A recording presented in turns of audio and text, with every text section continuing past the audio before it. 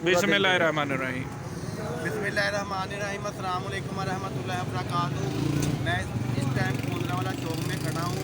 ये मेरे पीछे रात को अंडा पराठा और आलू वाले पराठे बनाते हैं, तो इधर आए हैं हम। आप जो ना इनका दिखाते हैं हम आपको, ये किस तरह बनाते हैं और शेर की क्या ऑपरेशन है सारा दिखाते हैं आपको। ठीक सी ना ये ਹੁਣ ਪਰਾਠੇ ਦੇਖਦੇ ਜਦੋਂ ਚੁੱਕਣਗੇ ਫਿਰ ਨਵੇਂ ਲਾਣਗੇ ਨਾ। ਆ ਪੇੜੇ ਤੋਂ ਬਣਾਓ, ਕਰੋ ਪੇੜੇ ਦੋ ਪਰਾਠੇ ਪਿੱਛੇ ਹੋਣਗੇ ਜਿਹੜੇ ਖਾਣੇ ਮੈਗੀ ਆ ਗਿਆ ਕਰਦੇ ਬਣਾਓ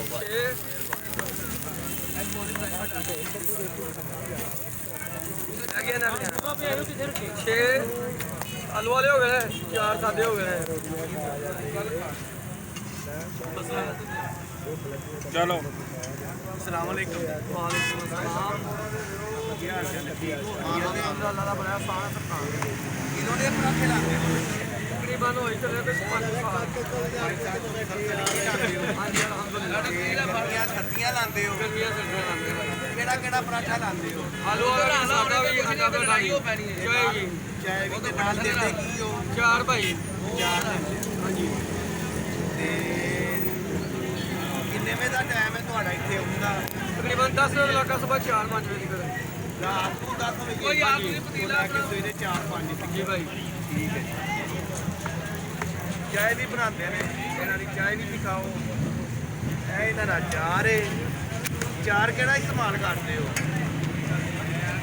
ਚਾਰ ਕਿਹੜਾ? सिरके वाला तेल वाला ਨੈਸ਼ਨਲ ਡਬਾਂ ਦੇ ਵਿੱਚ ਹੁੰਦਾ, ਡੱਬੇ ਉਹਦੇ ਵਿੱਚ सिरके वाला कि तेल वाला? ਮਿਕਸ ਹੁੰਦਾ। ਇਹ ਮਿਕਸ ਹੈ ਜੀ।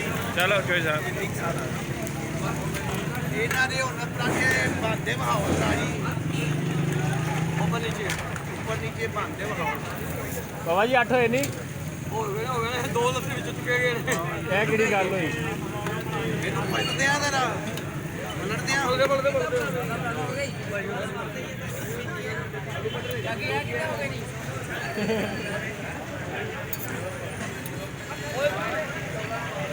ਇਹਨਾਂ ਦਾ ਰਾਸ਼ਨ ਦਿਖਾਓ ਜੀ, ਮਾਸ਼ਾਅੱਲਾ। ਨਾਲ ਕੀ ਜਿਹੜੀ ਤੁਹਾਨੂੰ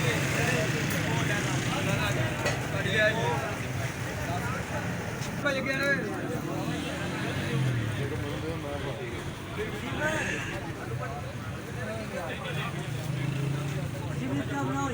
ਬੰਦੇ ਬੈਠੇ ਨੇ ਇੱਥੇ ਪਰਾਠੇ ਖਾ ਰਹੇ ਨੇ, ਬਨਾਰ ਬੰਦੇ ਆ ਇਸ ਟਾਈਮ ਤੇ ਬੜਾ ਅੱਛਾ ਮਾਹੌਲ ਬਣਿਆ।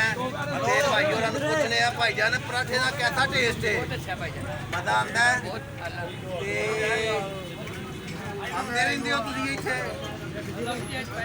ਅੱਛਾ, ਪਹਿਲੇ ਤਾਂ ਜਾਰੀ ਦੋਸਤ ਹੋ ਮੇਰਾ ਪਰਾਠਾ ਮਜ਼ੇਦਾਰ ਹੈ ਜੀ। ਚਾय मजेदार है। लो जी, ये आलू वाला पराठा है। भाई चाय पी रहे ने, मैं तो टेस्ट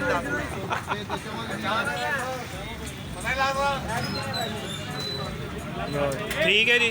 सकते हैं पराठा। एक पराठा खाता